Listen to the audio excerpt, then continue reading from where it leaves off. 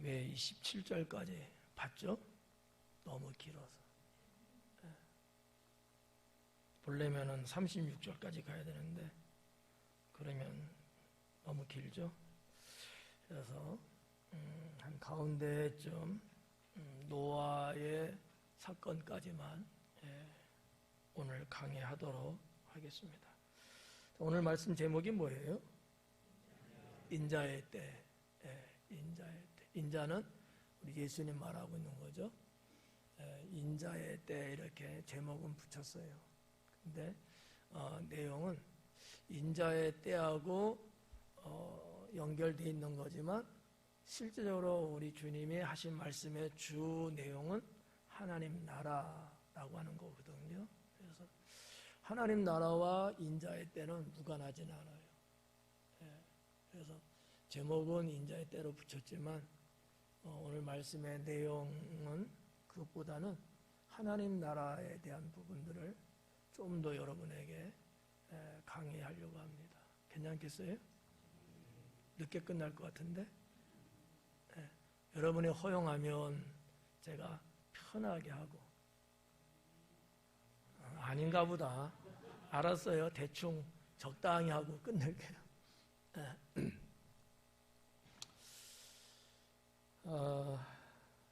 오늘 20절부터인데 지난 주 말씀하고는 조금 결이 다르게 진행이 됩니다. 우리가 봤듯이 나병 환자 10명이 깨끗함을 받았던 사건이 우리가 지난번에 이제 봤던 내용이잖아요.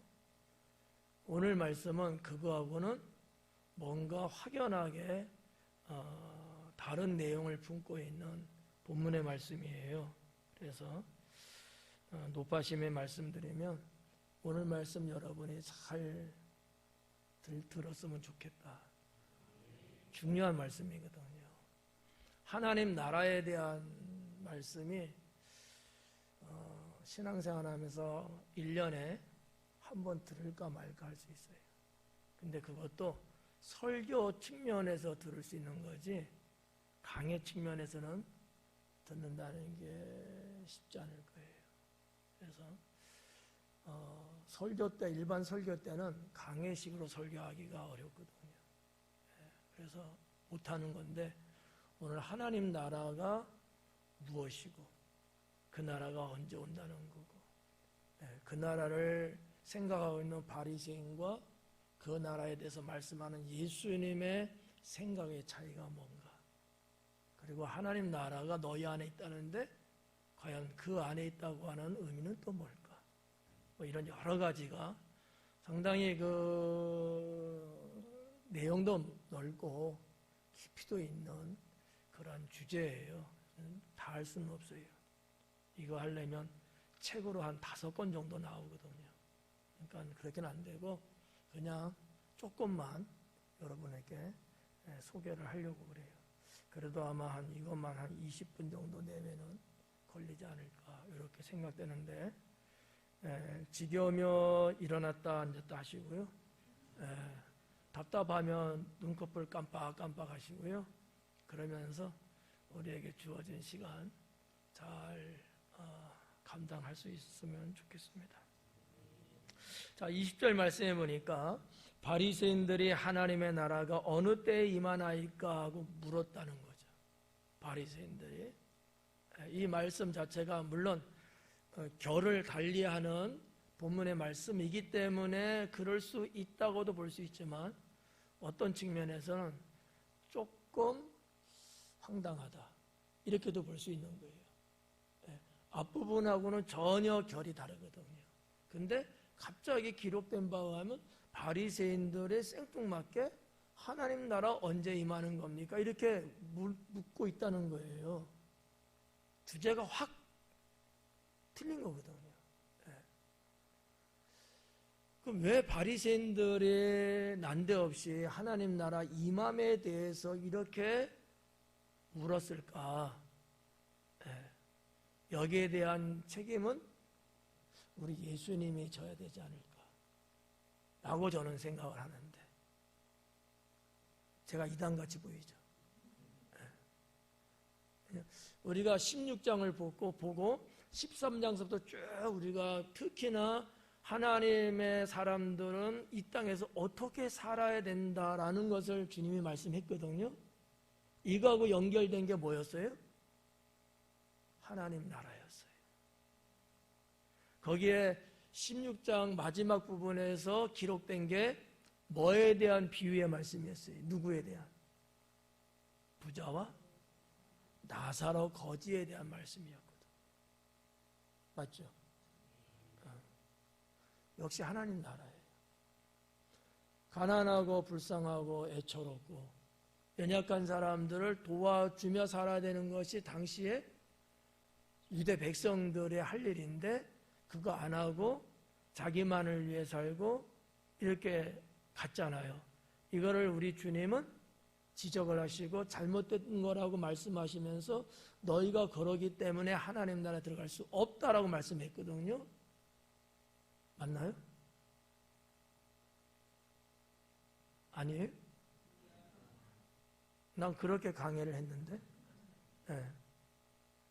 이와 같은 예수님의 당시에 전해졌던 복음을 이 바리새인들이 계속해서 듣고 알고 있는 거예요.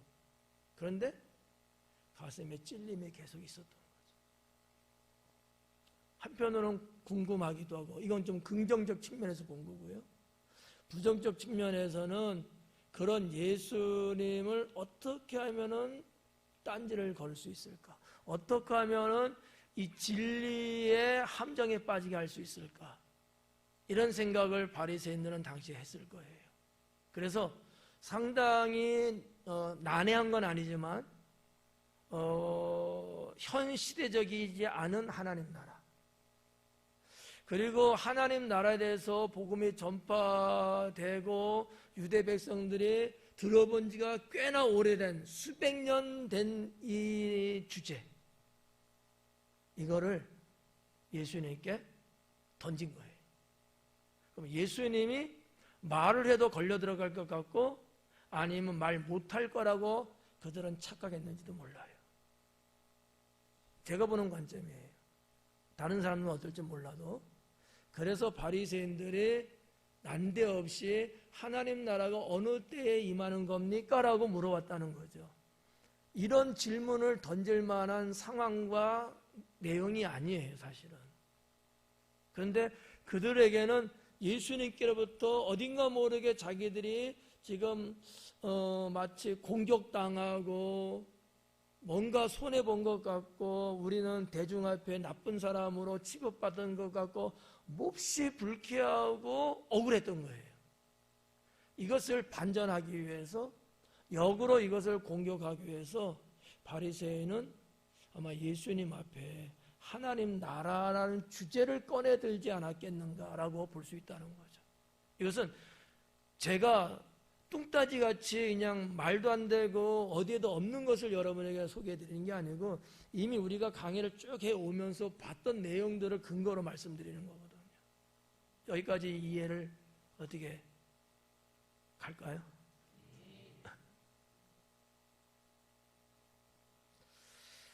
어려워요. 그러니까 뭐 다른 거 생각하면 안 돼. 그냥 바리새인 당시에 그들이 예수님 앞에 어떤 존재였고 예수님은 그들을 향해서 어떤 말씀을 지금 쭉 해 오셨는가, 여기에 대한 그들의 나름대로의 자존심, 자신들의 감정, 아니면 계속 예수님 어떻게 하면 잡아 죽일까 하고 모색하고 괴계를 했던 것에 딱 들어맞는 질문을 던졌다고 보시면 돼요. 하나님 나라라고 하는 주제는 상당히 당시에도 어려운 주제였거든요. 누구도 그렇게 쉽게 말해준 적이 없는 주제였거든요. 그러니까 아마 책 잡기 위한 그런 것일 수도 있겠다, 이렇게 저는 보고 있습니다. 자, 아무튼 그렇게 이제 질문을 했어요. 그랬더니 예수님께서 대답하여 이르시되 하나님의 나라는 볼 수 있게 임하는 것이 아니다 그래요. 바리새인들의 질문의 요지와 질문의 그 중요 포인트와 예수님 답변의 포인트는 서로가 안 맞아요. 그러지 않아요? 바리새인들은 뭐를 질문했어요? 하나님 나라가 어느 때에 임하느냐라는 거예요. 근데 예수님은 뭐라 그래요? 하나님 나라는 볼 수 있는 것을 오고 그러는 게 아니다라는 거예요. 어떻게 보면 동문서답 같고요. 예. 어떻게 보면 바리새인들이 뒤통수한테 맞은 것 같아죠. 그러면 우리가 이 사건에서 바리새인들이 어느 때에 임하는 겁니까? 라는 이 질문의 원어적인 내용을 조금 풀어서 보면 이런 거예요. 하나님 나라가 임하는 것은 맞아, 그죠? 하나님 나라가 떵떵떵떵 임하나이까거든. 그러니까 하나님 나라가 임한다는 것까지는 바리새인들이 너무나 잘 알고 있어요. 메시아가 이 땅에 온다는 것도 그들은 알고 있고 믿고 있고요. 하나님 나라가 임하는 거 다 알아요. 왜? 구약 성경에 선지자를 통해서도 다 예언된 것들이거든요. 근데 그 제가 땡땡땡땡하고 있죠. 그게 무슨 단어예요? 어느 때라고 하는 거야. 자, 어느 때라는 것이 어떤 단어일까요? 이 어느 때는 시간을 말하는 단어라고 볼 수 있잖아요. 어느 때. 예. 근데 이거는 단순하게 시간만 말하는 게 아니고 어떠한 시간에 어떤 사건을 이야기하고 있는 거예요. 그러니까 하나님 나라가 이 땅에 임하는 건 맞는데 그 나라가 임하는 그 시대에, 그 시점에 어떤 일들이 현상적으로 나타나는 겁니까? 이거를 묻고 있는 거예요, 지금. 유대인들은 뭐를 좋아한다고요?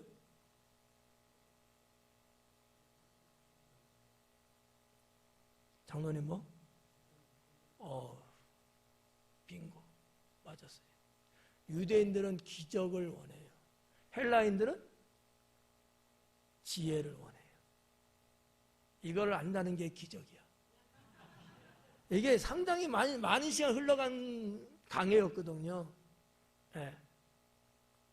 그러니까 유대인들은 시간이라는 개념도 중요하지만 그들이 그때 우리들이 눈으로 볼 수 있는, 확인할 수 있는 어떤 사건에 대한 게 더 큰 거예요.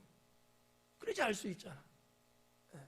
그런 의미로 누가는 기록했다라는 거죠. 누가가 마음대로 기록했을까요? 우리 예수님 하신 말씀을 기록한 거다. 우리는 이렇게 이제 믿고 있잖아요. 자, 그거에 비해서 예수님은 하나님 나라가 어떤 거라고요? 눈으로 볼 수 있게 오는 게 아니라는 거야. 그러면 누가 한 방 맞은 거예요? 바리새인들이 한 방 맞은.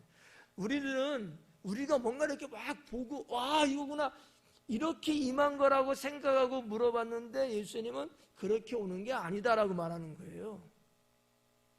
여기 이 10절의 말씀이 이거를 먼저 여러분이 이해하고 넘어가야 그 다음부터 술술술술술 조금씩 이해가 갈 수 있어요. 그래요. 그래서 예수님께서 대답하여 이르시되 하나님의 나라는 볼 수 있게 임하는 게 아니다. 볼 수 있게 임한다고 우리는 알고 있고 그것을 질문했고 그렇게 되기를 원했는데 당장 나사렛 예수라는 선지자라는 이자는 그렇게 볼 수 있게 임하는 게 아니다라는. 그럼 도대체 뭐야? 이런 또 다른 질문을 우리가 볼 수 있지 않겠어요? 여기 보니까 하나님의 나라는 볼 수 있게라고 하는 이 볼 수 있게라는 단어로 번역됐는데 이게 무슨 뜻이냐면 주의 깊게 살펴보다라는 의미를 갖고 있는 단어거든요. 주의 깊게 살펴보는 거예요. 그냥 하나님 나라 온다 보자 이 정도가 아니고 그 나라가 어떠한 모양으로 어떠한 색채를 갖고 어떠한 군단을 이루고 어떻게 오는가 우리가 자세히 뜯어보는 거야. 아주 골골골골 다 새겨보는 거예요. 그런 의미거든요.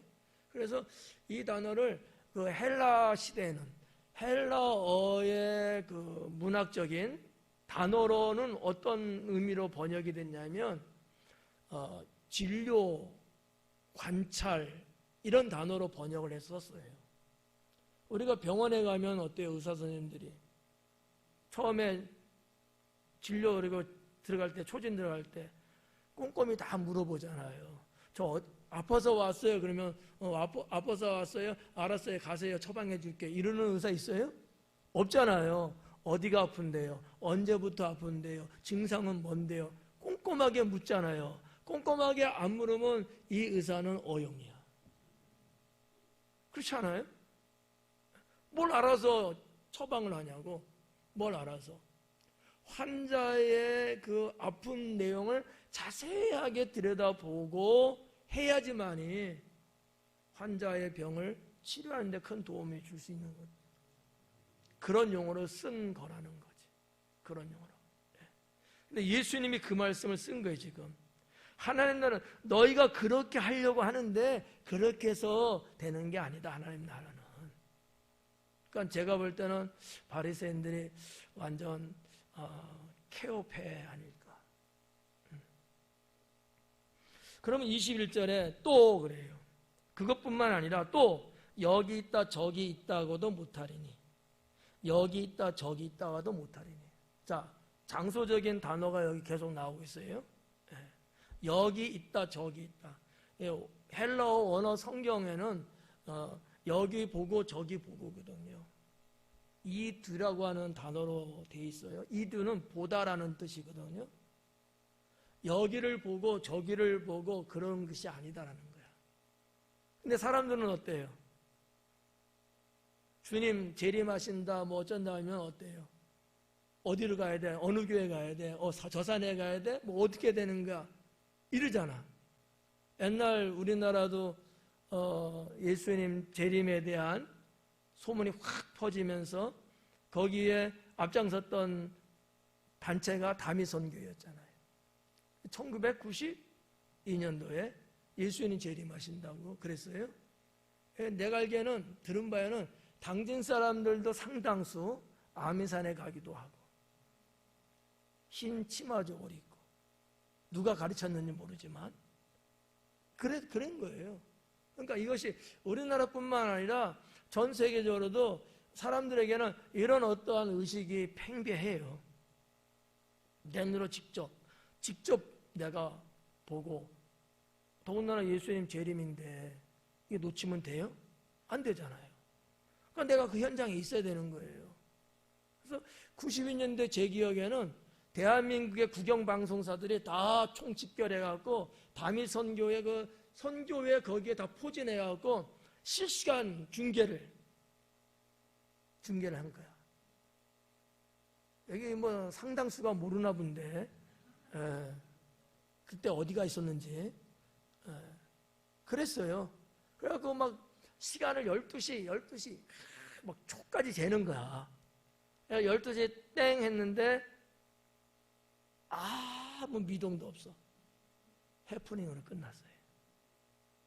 그게 우리나라 사회 속에서 있었던 일 아니겠습니까? 난리 났었죠. 그날 12 자정 되기까지는요. 그렇게 잘못 성경 말씀을 알고 있고 배운 사람들은 정신없이 날뛰었습니다. 서울에서도. 여기 갔다 저기 갔다 큰 교회 갔다 무슨 교회 갔다 뭐 난리가 없어졌어요. 삼각산도 엄청 갔습니다. 예. 서울에서는요 삼각산이 그래도 기도하는 산이거든요. 예. 아미산은 잽도 안 돼. 예. 하여튼 뭐 난리 났었어요. 예수님의 말씀을 봐봐요. 여기 보려고 저쪽 가서 보려고 여기 있다 저기 있다 하는 것이 아니다. 그거예요. 여기 있다 저기 있다고 못하리니 하나님의 나라는 너희 안에 있나니라. 이게 무슨 말이에요? 하나님 나라가 어디 있다고요? 너희 안에 있다는 거야. 그런데 바리새인들은 지금 그 나라가 어디 있다고 본 거예요? 장차 올 나라를 본 거야. 이 말이 틀려요, 맞아요? 틀려요, 맞아요? 고민스럽죠, 이제? 에? 맞아요. 맞는 말인데 하나밖에 못 본 거예요. 자, 여기에서 하나님 나라는 두 가지예요. 하나는 미래적인 하나님 나라. 이게 지금 당시 바리새인들이 믿고 있었던 하나님 나라고 여러분들도 믿고 있는 하나님 나라가 미래적인 하나님 나라예요. 맞죠? 여러분 그렇게 믿고 있지 않아요? 죽으면 어디 가요? 지옥은 아니고요. 내가 죽으면 장차 갈 나라가 하나님 나라잖아. 그러니까 미래적인 나라예요. 그리고 이 말을 다른 말로 좀 말하면 문자적이다라는 거지. 미래적인 하나님 나라를 맞는데 성경에 기록된 문자 그대로 믿는 거예요. 성경에는 그렇게 말하고 있으니까 미래적인 하나님 나라. 또 하나는 뭐냐? 현재적인 하나님 나라예요. 현재적. 무슨 얘기예요? 예수님이 복음을 전하시면서 첫 복음이 뭐였냐면 하나님 나라가 이 땅에 임하였느니라 그래요. 근데 사람들은 알았을까 몰랐을까요? 몰랐어요. 왜 몰랐죠? 예수님이 하나님 나라였어요. 그분이 하나님 나라의 주인이시고 그분이 하나님이시고 그분이 이 땅에 하나님 나라를 끌고 오신 거예요.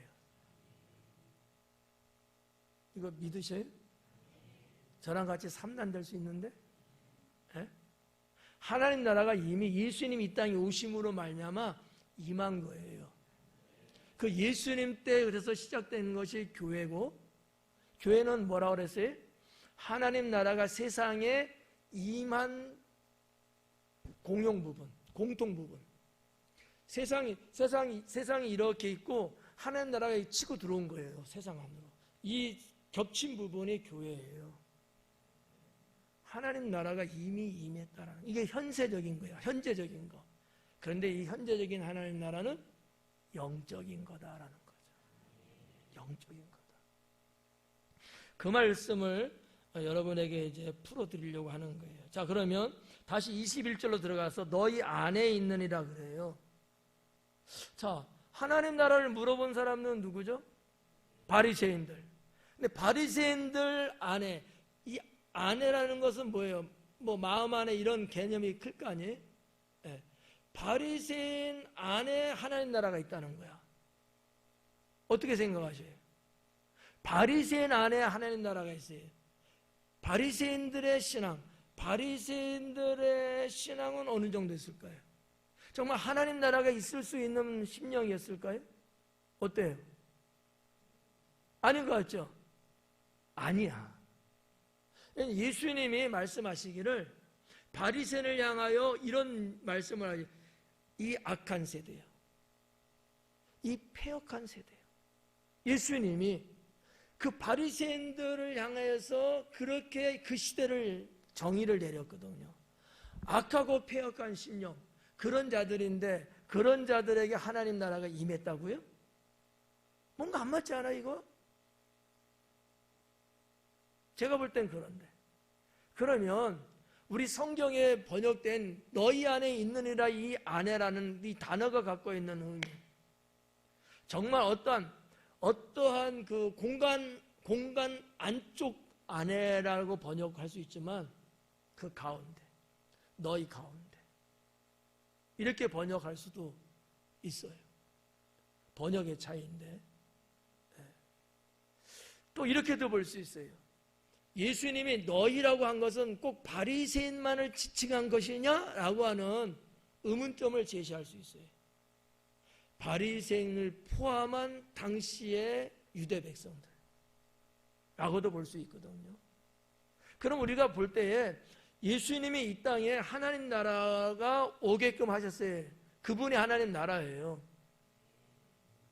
그러면 예수님은 그냥 우주 공간에 이 땅에 오셨다고 하죠. 우주 공간에 있는 분이셨느냐, 아니면 실질적으로 유대 백성들이 살아가고 있는 삶의 현장에 계신 분이냐?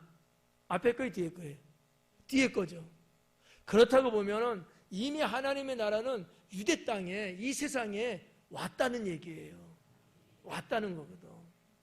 그래서 우리가 이 말씀을 볼 때 너희 안에 이렇게 말씀하고 있는 너희 가운데, 그들의 심령을 그걸 콕 찍어서만 말씀한 게 아니고 그들의 삶 가운데, 그들의 마음, 심령 안에라고 보시면 틀림없다고 저는 믿습니다.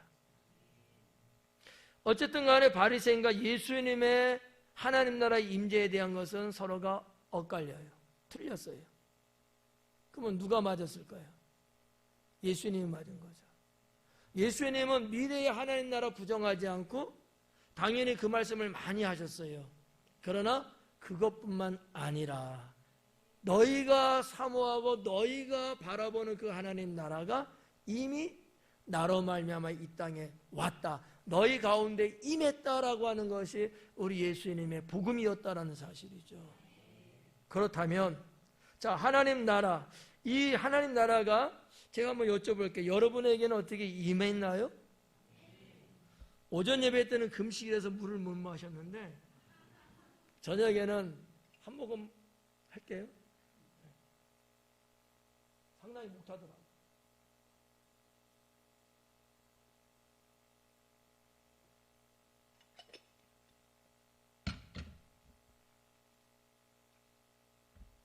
자, 여러분들이 대답하기를 하나님 나라가 내 안에 있다고 이렇게 말씀하셨어요.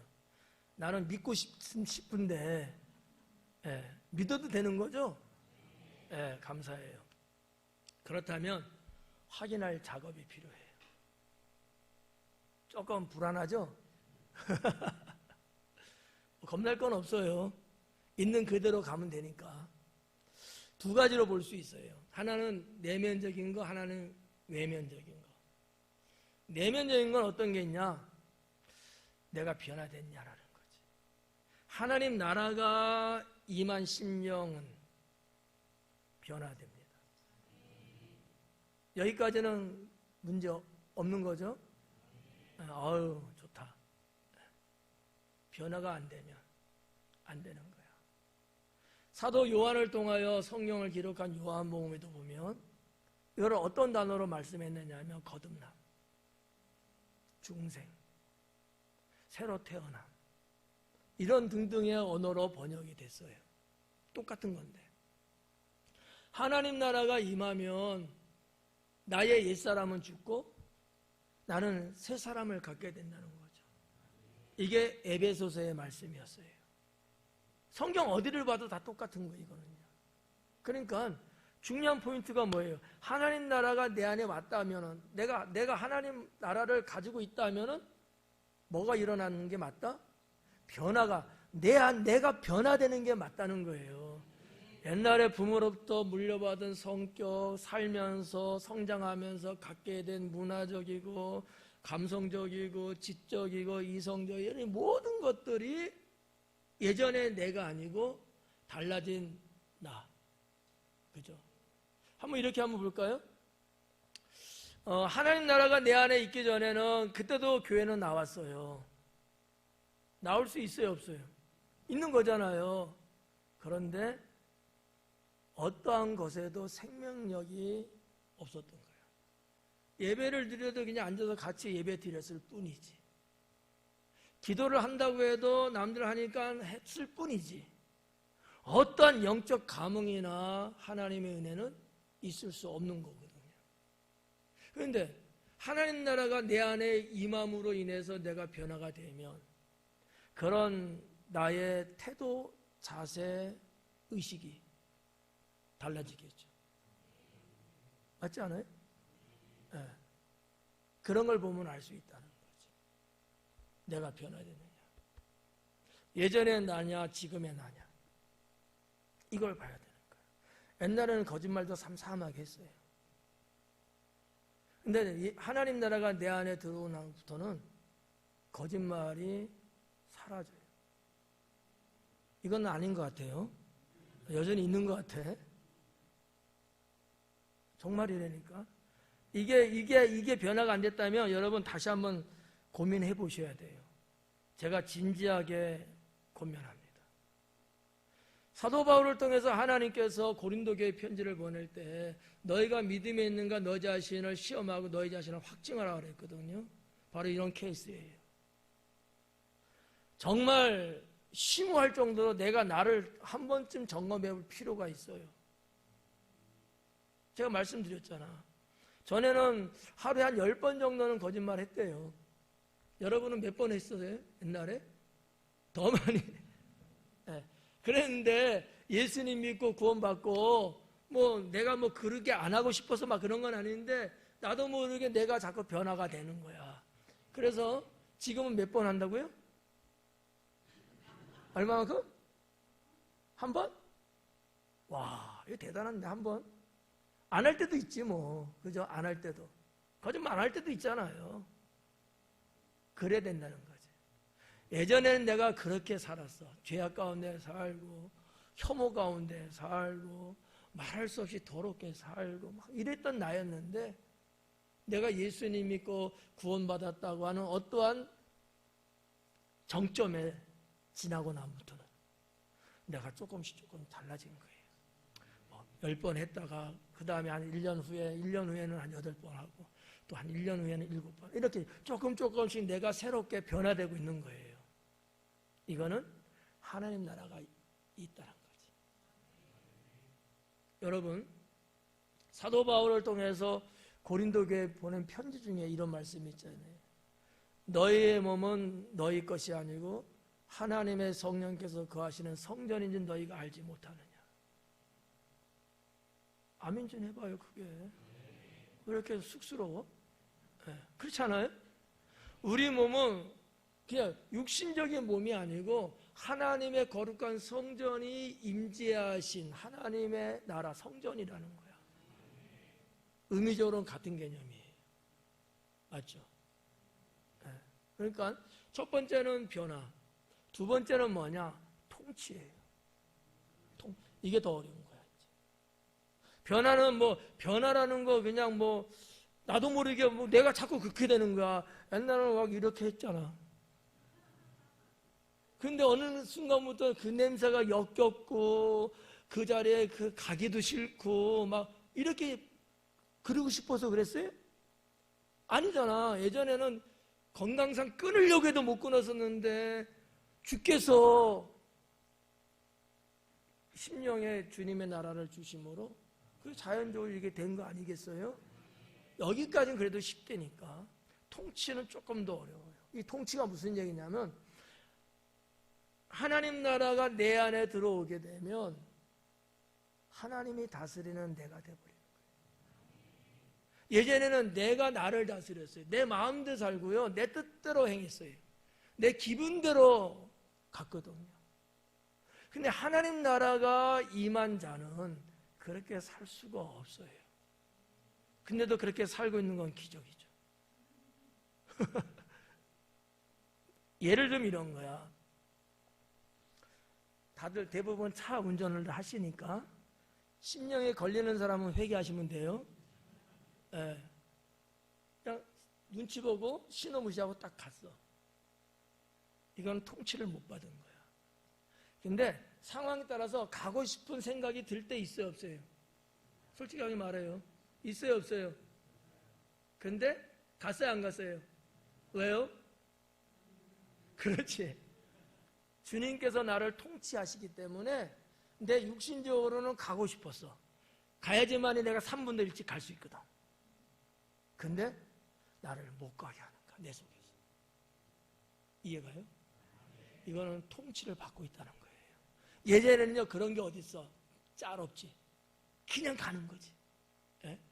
옛날 여러분 스타일로 말하면 설이 엄청나게 했어. 어릴 때. 지금 하면 큰일 나죠. 예. 근데 어릴 때이지만 지방의 하나의 문화적인 것이긴 하지만 하나님 나라가 그 어린 나이에도 임하게 되면요, 친구 따라서 남의 밭에 가서 설이 할 수가 없어요. 못하게 하거든, 성령께서. 근데도 계속 하셨다고요? 예를 드리는 거야. 무슨 말인지 여러분 이해 갑니까? 이게 통치예요. 내 욕심적으로는 이거 하고 싶고 이거 안 하고 싶고 이런 어떤 내가 주인이 되어 있는 거거든. 근데 주께서 나를 통치하게 되면 나는 주인이 아니고 주인 앞에 내가 내려와 있는 거야. 그래서 주님이 나를 다스려 나가요. 때로는 속상하지. 내 마음대로 못하니까. 말 안 듣는 남편 한 대 꼴밤 줘받고 싶은데 하려고 하니까 내 안에서 너도 그랬느니라. 이 말이 딱 오면은 아휴, 그래, 나도 옛날에 그랬지. 못하는 거야. 못해서 억울할지 몰라도 통치를 받고 있으니까 좋은 거야. 아닌가 보다. 제가 잘못했어요. 헛다리 짚었네. 예를 좀 드리는 거예요. 우리 학생도 청년도 우리 장년들도 다 똑같아요. 주님의 통치하심이 있느냐 없느냐, 내 마음대로 내 뜻대로 사냐 안 사냐, 여기에 따라서 하나님 나라가 있는 자와 없는 자 구별이 간다라는 거죠. 한 두 가지 정도만 내면적인, 내적인 하나님 나라가 임했다는 것을 내적으로 볼 수 있는 모습이라는 거지. 그러면 이제 뭐가 남았어요? 외적인 거. 네 가지 정도 됩니다. 한 20분 제가 허락받은 거예요. 네. 자, 외적인 게 있는데, 외적인 게 첫 번째는 뭐냐면, 하나님 나라가 임재한 성도는 말씀 따라 생활합니다.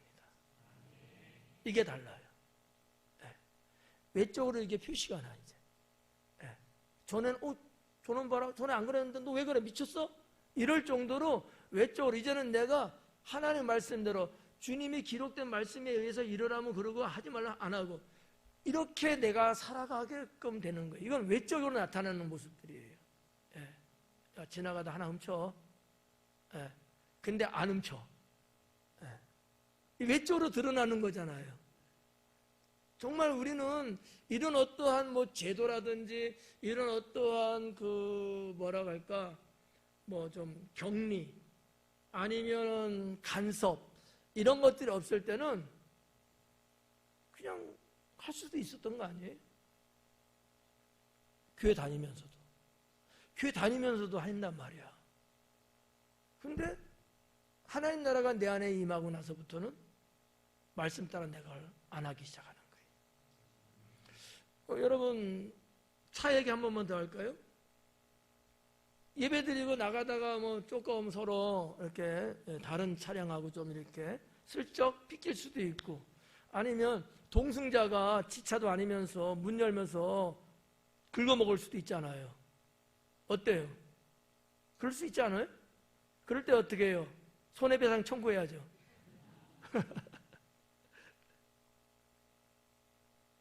주님 나라가 내 안에 없을 때는 그렇게 가요. 주님 나라가 내 안에서 내가 말씀대로 가면 오히려 그것을 물리적으로 상대하려고 하지 않고 주의 사랑으로 상대하려고 마음이 바탕에 딱 깔려요. 무슨 뭐 고쳐주고 뭐 치료해주고 하지 말라 이 얘기가 아니에요. 그거 한다고 해서 나쁘다는 얘기가 아니에요. 우리 마음에 벌써 서정적으로 그게 딱 있다는 얘기지. 무슨 말인지 알아요? 근데 이런 게 없는 사람은요 기스도 전혀 안 났어. 그런데 50만 원도 받아내고 기본적으로 외제차는 더 비싸요. 예. 그 사람은 돈 받아서 세차도 안 해. 그냥 용돈 생긴 거야. 그러니까 하나님 나라가 없을 때는 내가 교회 나가고 예배드리고 뭐하고 교회 직분자가 뭐라 할지라도 하나님 말씀대로 안 가요. 성경에서는 분명히 그런 등등의 말씀에 대해서 여러 말씀들을 하고 있거든요. 용서해라. 그죠? 용서해라. 그보다 더 무서운 죄를 졌을지라도 용서하라는 거 아니에요. 이해해주고 관용을 베풀고 자비로운 사람이 되라는 거 아니겠어요? 그렇게 간다는 거지.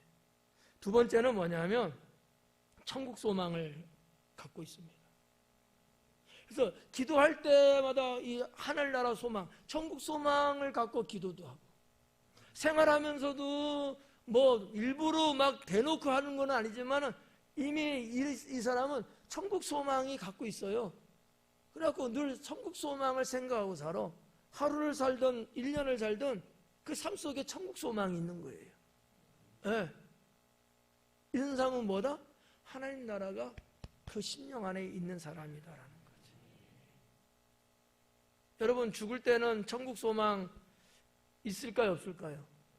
그러면 나도 좋겠는데 그게 과연 가능할까? 라는 생각도 없지 않아 있어요. 죽을 때 천국 소망 갖고 죽으려면 지금 천국 소망이 내 안에 충만해야 돼요.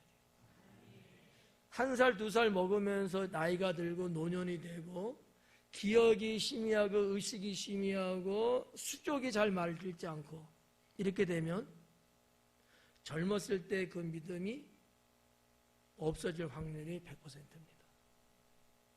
그러나 이 젊었을 때 말씀과 성령으로 충만하고 천국 소망으로 다짐하고 무장하고 이렇게 쭉 살아가게 되면요, 주님이 부르시는 그날에도 주의 천사가 데리러 오는 것을 보게 되고요, 할렐루야 찬양하며 갈 수도 있다는 거죠.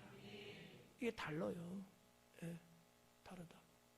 우리 김영진 장로님 모친께서도 그랬대잖아요. 우리 어머니하고 좀 비슷한 길을 걸으신 것 같아요. 뭔지 모르게 당신이 느낌이 그러니까 나 교회 못 갈 것 같아 하면서 하나님께 이 헌금 드려주세요라고 그 옆에 사는 그 장로님이신가? 그분한테 이렇게 부탁을 하고, 그리고 집에 들어오셔갖고 기력이 없으니까 옆으로 쓰러지시고 바로 주님 품에 간 거예요. 연세가 뭐 92세, 2세 정도 되셨다고 하는데 이게 쉽지가 않아요. 이 얘기가 무슨 얘기예요? 평소에 쭉 신앙의 이 줄을 쭉 유지하고 살았다는 거거든. 이게 안 되면요, 그 연배에 그게 안 돼요. 네. 그래서 이거는 저의 뭐 개인적인 경험입니다만, 임종을 서울에 있을 때는 진짜 많이 다녀봤거든요. 임종 예배 드려지고 막 그렇게 잘 믿었던 분인데요, 헛소리 하는 분들도 있어요. 어떤 분은 믿은 지 한 5년, 한 6년 됐나? 갑자기 자기 말은 아니겠지, 담배 한 대만 줘요. 식구들은 안 믿으면 어떻게 해요? 줘야지. 주지 마세요. 귀신이 유혹하고 있어요. 하고 말렸던 적도 있고요. 어떤 사람은 워낙 이 주님을 좋아해갖고 마지막 가는 길 이 힘이 있어야 된다고 이거 한 잔 달라고 하는 사람도 있어요. 정말 교회 집사님이었어요. 과거에 엄청나게 사랑했거든요. 그 사랑을 마지막에도 유지하기 위해서 이거 한 잔 달라고 하시더라고요. 안 됩니다.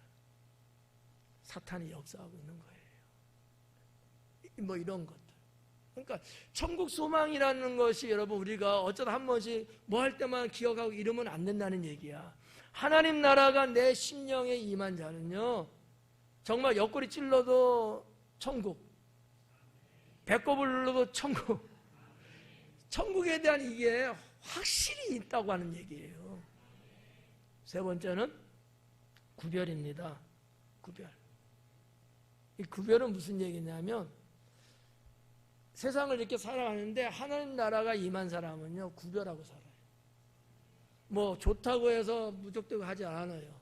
이게 과연 하나님 뜻에 맞는지 안 맞는지, 이게 선한 건지 악한 건지, 이게 주님 영광 돌리는 건지 내가 영광을 받는 건지 등등의 이와 같은 것들을 구별하며 산다는 얘기죠. 아무나는 안 그래요. 한번 생각해봐요. 여러분 교회 나온다 해서 모든 사람이 다 구별하고 살아요? 아니거든요. 누구만이 할 수 있을까요? 하나님 나라를 소유한 자만이 할 수 있는 거예요. 하나님 나라를 소유하지 않은 자는 구별하려고 하지도 않아요. 그냥 내 입맛에 맞으면 오케이, 내 유익이 된다면 오케이, 내 기분이 뭐 원한다면 오케이. 구별을 안 해요. 자기의 유익을 따라가는 거거든요. 자, 교회 나오는 것도 그러지 않아요? 자, 우리의 신앙으로 보면은 예배 때는 언제요? 교회 나오는 게 맞잖아요. 이거 구별 못 해요. 상황이 안 되면 안 오는 거야, 그냥. 집에 손님이 왔대. 그럼 또 안 와. 자식이 오면 또 안 오대? 근데 이번 기회에 지금 다 말하려고. 구별을 못 하는 거예요. 구별을 못 하는 거예요. 용서하고 들으세요. 하나님 나라가 임재한 성도로서 구별을 한다는 것은 이런 것들을 걸러낼 줄 알아야 되는 거예요. 성경이 뭐라 그래요? 하나님께서 하신 말씀에 내가 거룩하니 너희도 거룩할지어다. 구별하라는 거예요.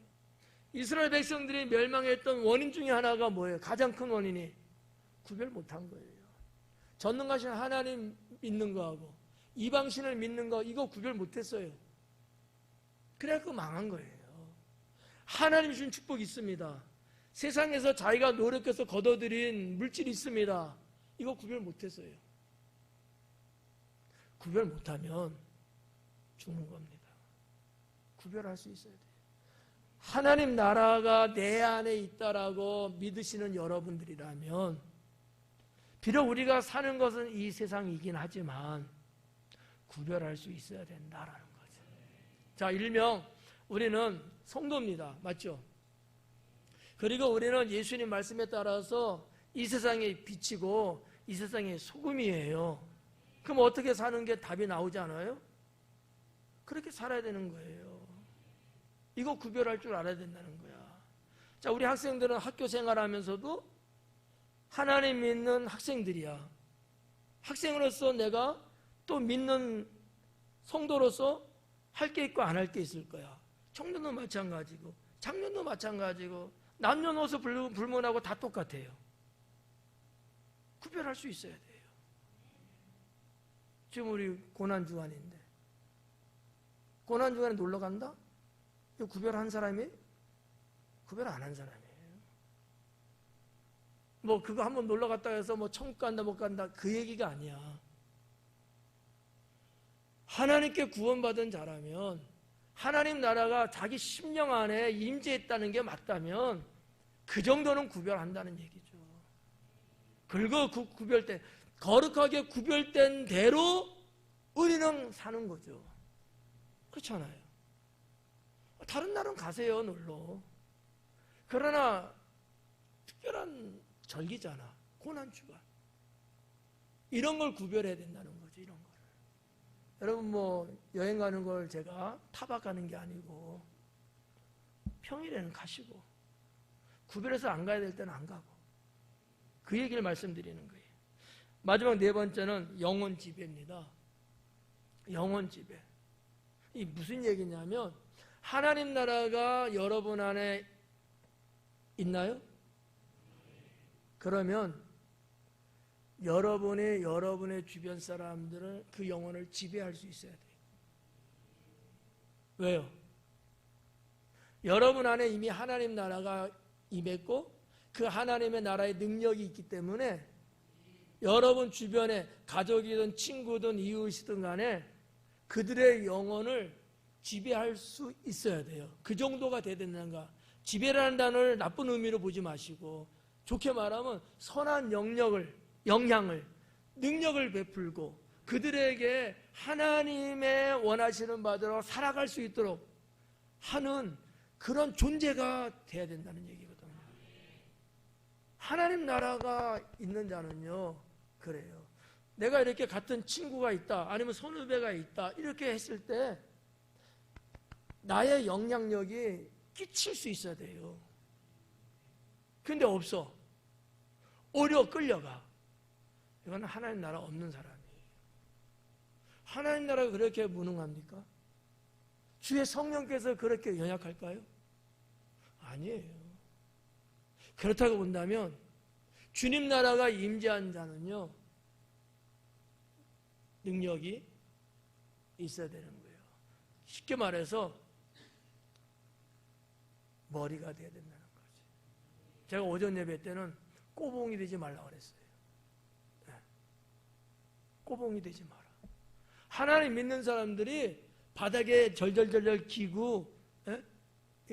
꼬봉이라는 말 무슨 말인지 아시죠? 우리 말이에요. 무슨 말인지 아시죠? 제일 밑단, 제일 밑바닥에서 조직사회에서 살아가는 사람들이에요. 그러면 안 된다는 거지. 여러분이 학교에서든 직장에서든 집안에서든 어디서든지 선한 주님의 영향을 미쳐서 그 영향이 저들의 영혼을 바꿀 수 있을 정도로 그런 뭔가 이렇게 좀 두각이 좀 이렇게 드러나고 이런 사람이 돼야 되는 거예요. 언제까지 여러분 직장 살면서 말단으로 사실래요? 셀러리맨 말단이 복음 전하는 거하고 그 회사의 사장님이 복음 전하는 거하고 같겠어요? 전혀 다르죠. 그런 의미예요. 그런 의미에서 하나님 나라가 심령에 임재한 성도라면 자기 주변의 영혼들을 하나님의 능력으로 지배할 수 있어야 된다. 무슨 뭐 전쟁에서나 뭐 그런 지배 개념은 아니에요. 이해 가시죠? 무슨 말인지? 이 네 가지가 외적으로 나타나는 하나님 나라라는 거지. 물론 뭐 더 있지만 다 할 수는 없으니까 네 가지를 설명해 드리는 거예요. 이래서 이렇게 보면 20절, 21절까지 본 거야. 그래도 가긴 가야 돼.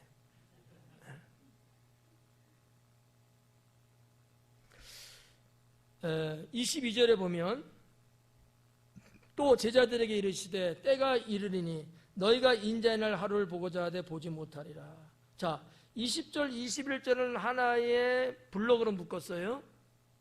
그죠? 그리고 예수님이 누구에게 말씀하신 거였죠? 바리새인입니다. 22절에 들어가고는 달라졌어요. 예수님께서 누구에게 말하죠? 제자들에게 이르시되 그래요. 때가 이르니 너희가 인자의 날 하루도 보고자 하되. 인자의 날이에요. 그 날을 인자의 날인데 하루를 보고자 하는데 보지는 못할 것이다. 이런 거예요. 이 무슨 얘기냐면 하나님 주님의 인자가 이 땅에 재림하는 그날은 지금 아니라는 거예요. 지금 곧 일어나는 사건은 아니라는 거예요. 시간적으로. 그래서 너희가 볼 수가 없어. 그런데 이 인자에 임하는 날, 그 날을 뭘 말하는 거냐면, 자, 주님이 재림하시잖아요. 재림은 몇 박 며칠 동안 할까요? 아니겠죠? 그날이에요. 원래 first라고 이야기하고 있거든요. 첫째라는 단어를 갖고 있는 건데 그냥 유일무이하게끔 그 당시, 그 하루, 그걸 말하는 거야. 주님이 임재하시는 그날 보려고는 하죠. 많은 사람들이 그랬어요. 우리도 어딘가 모르게 요만큼은 정말 오시는 걸까?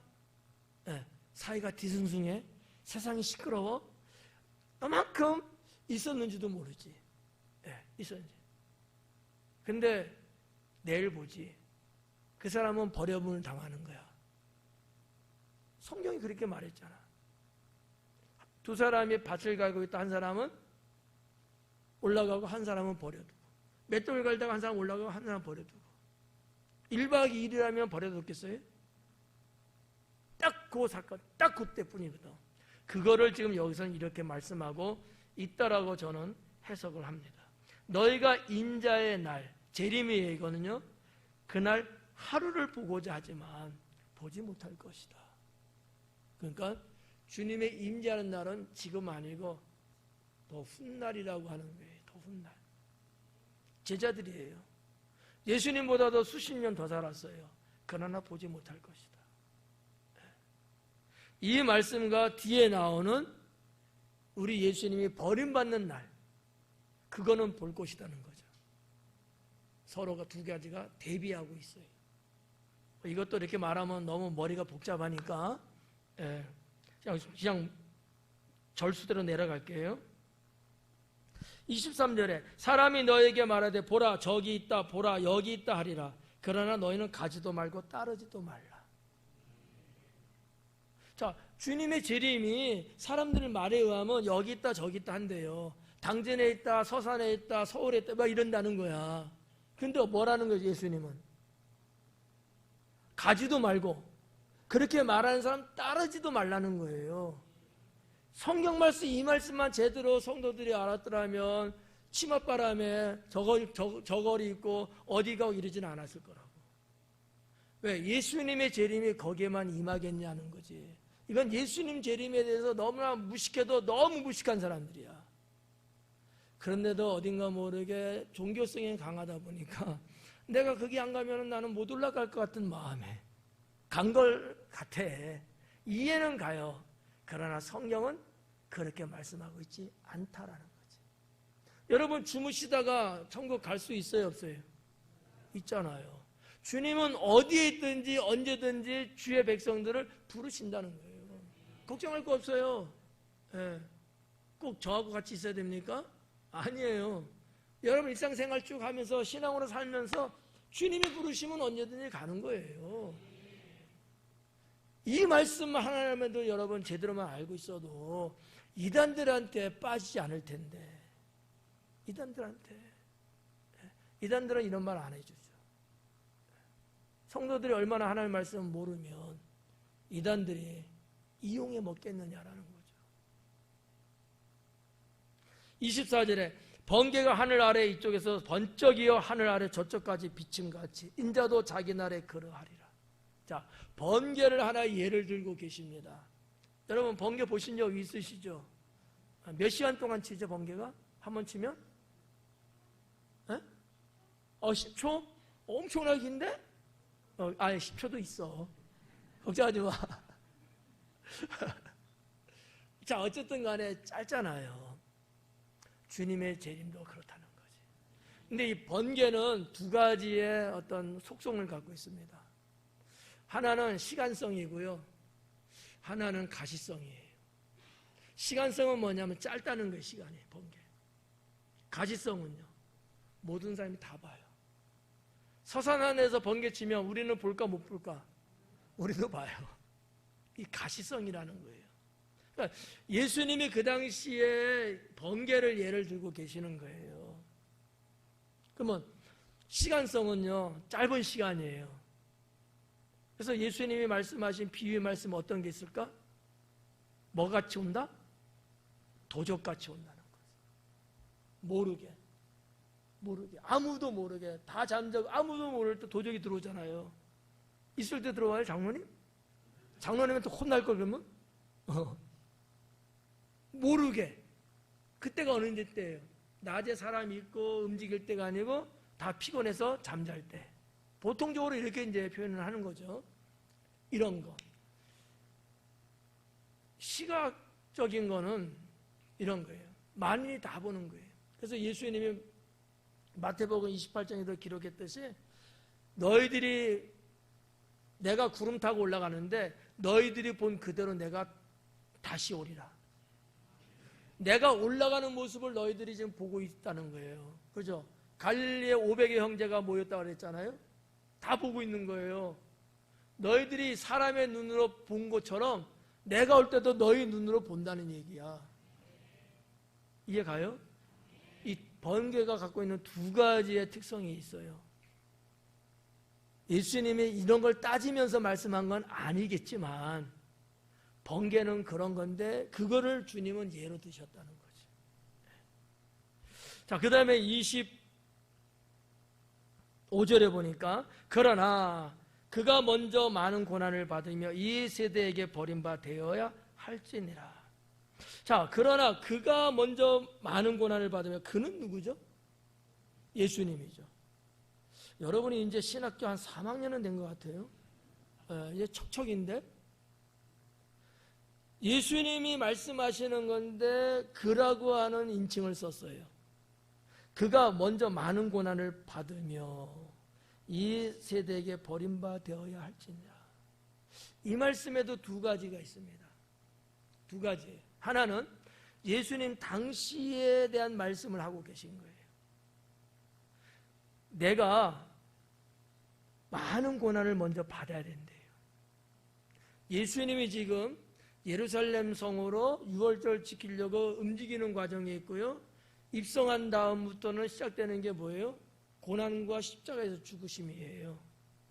그거를 앞두고 계시는 거야. 네. 또 하나는 말세에 나타날 이야기를 하고 계시는 거예요.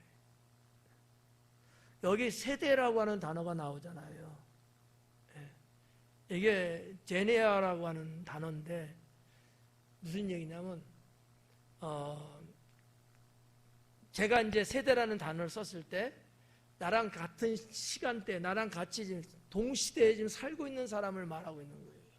이렇게 하나는 의미가 있고 또 하나는 연수를 따지면 한 30년에서 40년 정도의 시간적인 것을 말하고 있는 거예요.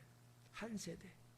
세대라는 어떤 단어가 갖고 있는 것은 결혼해서 자식을 낳을 때까지의 나이 계산이거든요. 그게 시대마다 조금은 달라요. 옛날에는 40년도 받고 30년도 받고 우리나라도 얼마 전까지 30년 봤어요. 결혼해서 첫 자식 낳으면 한 30살쯤 이렇게. 요즘은 조금 늘어났다고 보죠. 늦게 결혼하고 이렇게 되니까 하여튼 뭐 어쨌든 간에 예수님 당시도 그 어간쯤 돼요. 그 어간쯤. 그래서 아마 정확하진 않지만 예수님의 아버지 요셉도 나이가 한 40 정도 거의 됐을 거예요. 반면에 마리아는 젊었어요. 여성들은 좀 더 나이 차가 있지만 일찍들 갖고 이제 그랬는데 아무튼 자 이런 것들은 이제 보는데 이 세대 그가 많은 고난을 받는다는 거예요. 누구한테? 세대들한테. 그 얘기를 지금 하고 계시는 거예요. 그가 먼저 많은 고난을 받으며 이 세대에게 버림바 되어야 할지니라. 버려져야 된다는 거예요. 그래서 예수님 그 당시에 대한 예언의 말씀이기도 하고 장차 주님 오시기 전에 믿는 자들이 핍박과 환난 받는 것을 예언한 것이라고 봐도 큰 문제는 없다고 봐요.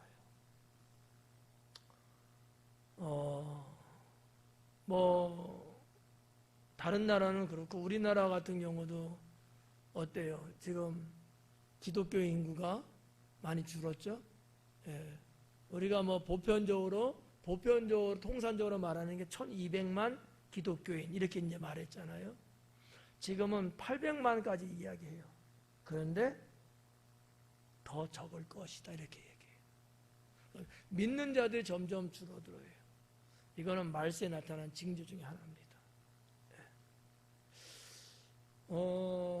뭐 유럽 같은 데는 특히나 교회가 많이 문 닫았죠. 옛날부터 유구한 역사를 갖고 있는 교회들이 많거든요. 그런데 그 안에 교인들이 거의 없어요. 있어도 연세 많으신 어르신들만 조금 있어요. 그나마저 이제 그게 이제 안 되면요. 제가 경험한 바에 의하면 교회인데 그 교회 여행 간 사람들의 교회다 믿는 사람들이겠죠. 가잖아요. 입장료를 팔아요. 왜? 장사하려고일까요? 그건 아닐 거예요. 교회 운영하는데 어려운 거예요. 그나마 이거는 괜찮아요. 어떤 데는요, 교회인 줄 알고 갔는데 술집이었어요. 건물은 교회야. 십자가도 있기도 하고, 뭐 없기도 하고, 근데 술집을 경영하고 있어요. 어떤 데는 카페로 내부 수리가 다 됐어요. 겉은 물론 교회죠. 이런 데도 있고요. 음식점도 있고요. 교회가 교회로서 유지가 안 되고 있는 거예요. 매각이 많이 됩니다. 근데 참 희한한 게 믿는 사람이 교회 건물 뭐 사들여서 뭐 어떻게 이러면 그나마 좀 괜찮을 텐데 마치 넌크리스찬들 오히려 적그리스도의 추종자 이런 사람들 기독교를 박해하고 핍박하는 사람들이 교회를 의도적으로 많이 사갖고 보라는 듯이 그런 악행을 저지르고 있다는 거죠. 참 안타까운 일이에요. 네. 제가 중국에 갔을 때도 중국에도 교회 건물인데 중국 뭐 서양 미국 음식을 말하면 뭐야 그 햄버거집 그런 거 그거로 만들어서 뭐 그렇게 데도 있고. 자, 아무튼 근데 우리나라도 조만간 교회들이 문 많이 닫을 거예요. 저는 그때를 30년 전으로 봅니다. 이 30년만 되면 교회들이 많이 없어질 것이다. 첫째는 목회자가 많이 없어져요. 지금의 목사님들이 다 은퇴하고 돌아가셔요. 그러면 뭐 누군가 또 이렇게 또 후임이 와서 하면 되잖아요. 올 후임들이 없어요. 각 교단에 신학생들이 없어요. 젊은 사람들이 없어요. 그나마 있다면 연세 드신 60 전후에 아줌마들이 많아요. 그리고 신학대학에는 그러지는 않겠지만 젊은 신학생이 없어요. 그래서 지금 고민입니다. 이런 추세로 만약에 간다면 제 추산으로 볼 때 30년, 20, 30년이면 한국 교회는 공황에 빠질 것이다.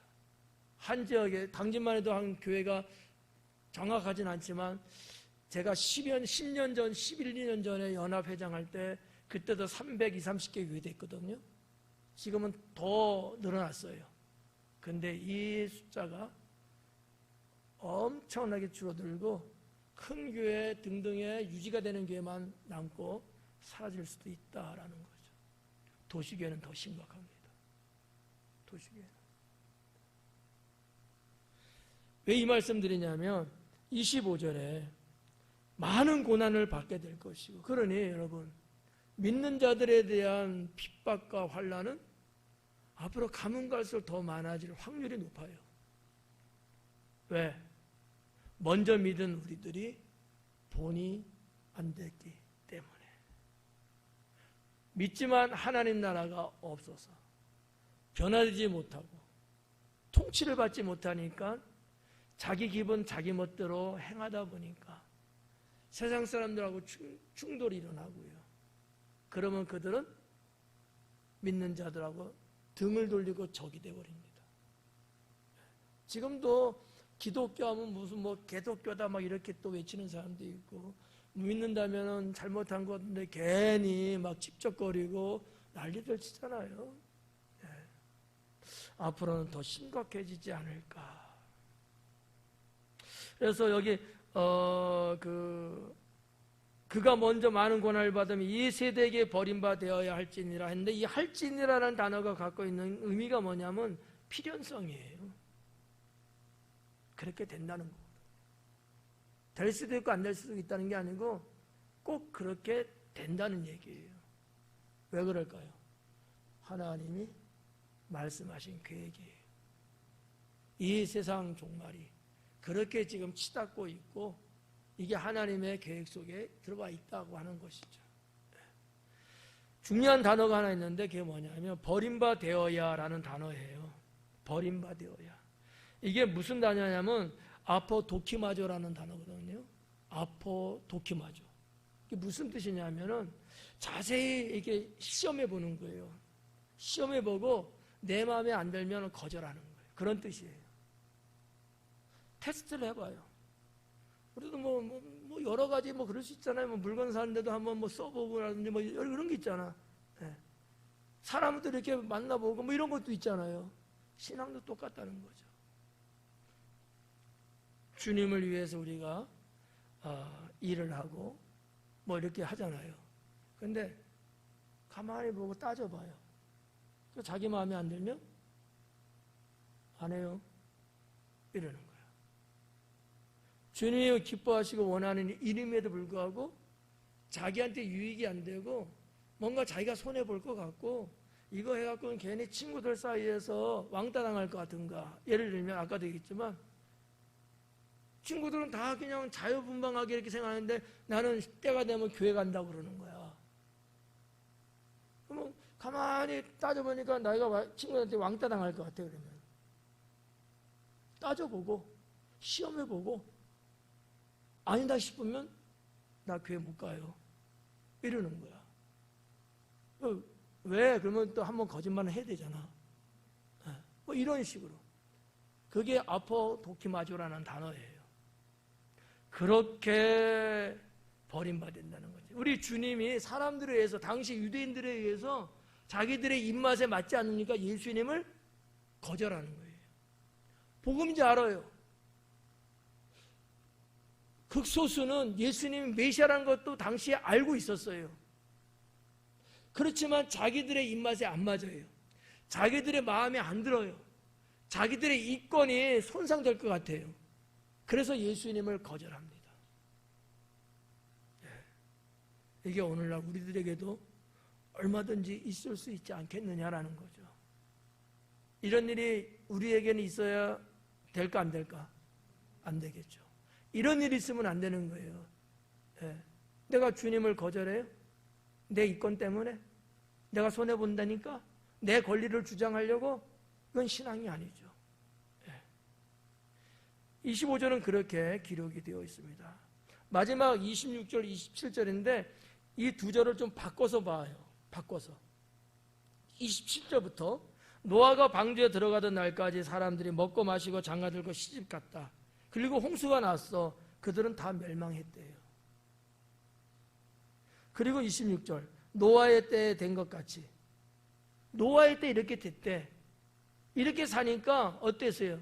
홍수에 전부 다 죽었잖아요. 그런 것처럼 노아의 때에 된 것 같이 인자의 때도 그러하리라. 이 얘기거든요. 그러면 노아의 때를 우리가 볼 때 어떤 거예요? 육신적으로 살았어요. 사람들이 육체를 쫓아 살았거든요. 복음이 분명히 제시됐고요, 구원받을 것이고 하나님이 심판할 걸 다 알렸어요. 근데 그들은 신앙적으로 영적으로 받아들이지 않았고 육신적으로 대했어요. 그래서 비웃었죠. 방주 있는 곳을 안 왔잖아요. 져버린 거예요. 여러분, 복음을 거절한 거죠. 그럼 어떻게 됐어요? 하나님 심판받았잖아요. 다 죽게 됐어요. 이런 것들이 노아의 때뿐만 아니라 주님이 임재하시는 그날에도 이렇다라고 하는 거지. 그때도. 그래서 디모데서도 보면 사도 바울을 통해서 기록한 게 그거 아니겠습니까? 무정하고 사랑이 식고 서로 잡아 죽이려고 하고 이러한 세상이라는 거. 주님 오실 때가 되면은 왜 우리는 더더욱 신앙으로 무장하고 성경에서 이미 답안을 다 내놨어요. 성경에서 이미 답을 다 제시했다고요. 그런데도 정답을 못 치면 바보 아니야? 우리는 성경에서 이미 말씀하고 있는 신앙의 정답을 우리는 가지고서 정답에 맞게끔 우리는 체크하며 살면 돼요. 그게 중요하다고 저는 믿어요. 나 몰랐는데 바보 아니야? 왜 몰라? 사랑하는 여러분, 그래서 오늘 27절까지 봤는데 우리가 예수님 시대에 살고 있는 사람들은 지금은 아니에요.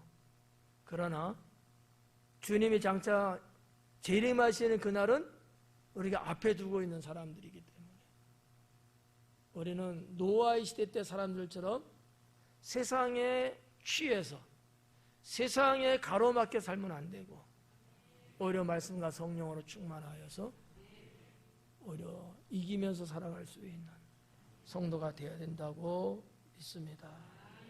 기도하겠습니다.